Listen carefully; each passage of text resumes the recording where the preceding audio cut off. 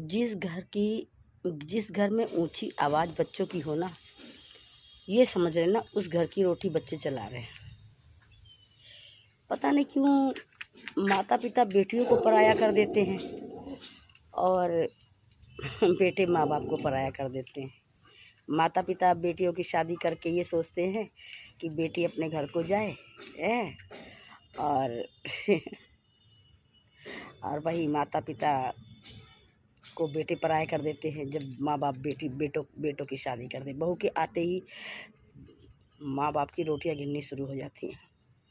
माँ बाप की रोटियां लोग गिनने लग जाते हैं कि हाँ मम्मी, आजकल ये नहीं पूछते हैं कि माँ आजकल मम्मी कुछ ज़्यादा वो हो रही हैं, बार बार भूख लग रही है, मम्मी को शुगर तो नहीं बढ़ रहा है या फिर मम्मी नहीं खा रही है, कहीं मम्मी को 2-2 टाइम 3-3 टाइम हो जाता खाना नहीं खा रही, कहीं मम्मी को बुखार तो नहीं है, कहीं मम्मी को और कोई प्रॉब्लम तो नहीं है, या पापा को और कोई प्रॉब्लम तो नहीं है।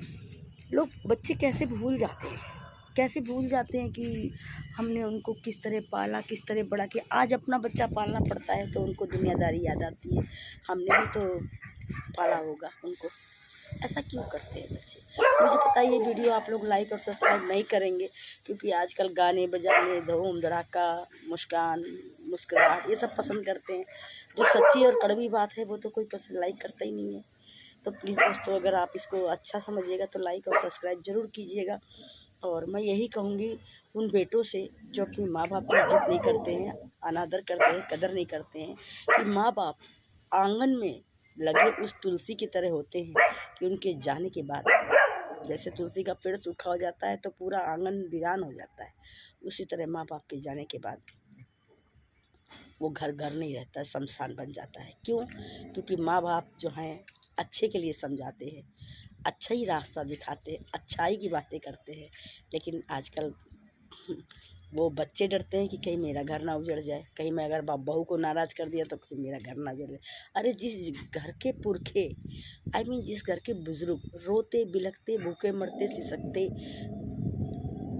आखिरी सांस लेते हैं ना, उस घर की 7 पीढ़ियाँ तो क्या जन्म जन्मांतर की पीढ़ियाँ कभी इस पाप से मुक्त नहीं हो पाती हैं। हमेशा माँ की इज्जत करो, बाप की इज्जत करो, उनका कहना मानो, उनके नक्शे कदम पे चलो, उनके बताए हुए रास्ते पे चलो, उनसे छोटी मोटी सलाह लो, उनको टाइम दो। अगर आप बीवी को टाइम दे रहे हो, बच्चों को टाइम दे रहे हो, तो आप उनको भी तो टाइम दो। कम से कम आधा घंटा अपनी माँ के पास भी तो बैठो। अपनी बीवी से पूछो आज तुमने माँ के लिए क्या क्या किया, ज़रा बताओ। दोस्तों मैं यही कहूँगी कि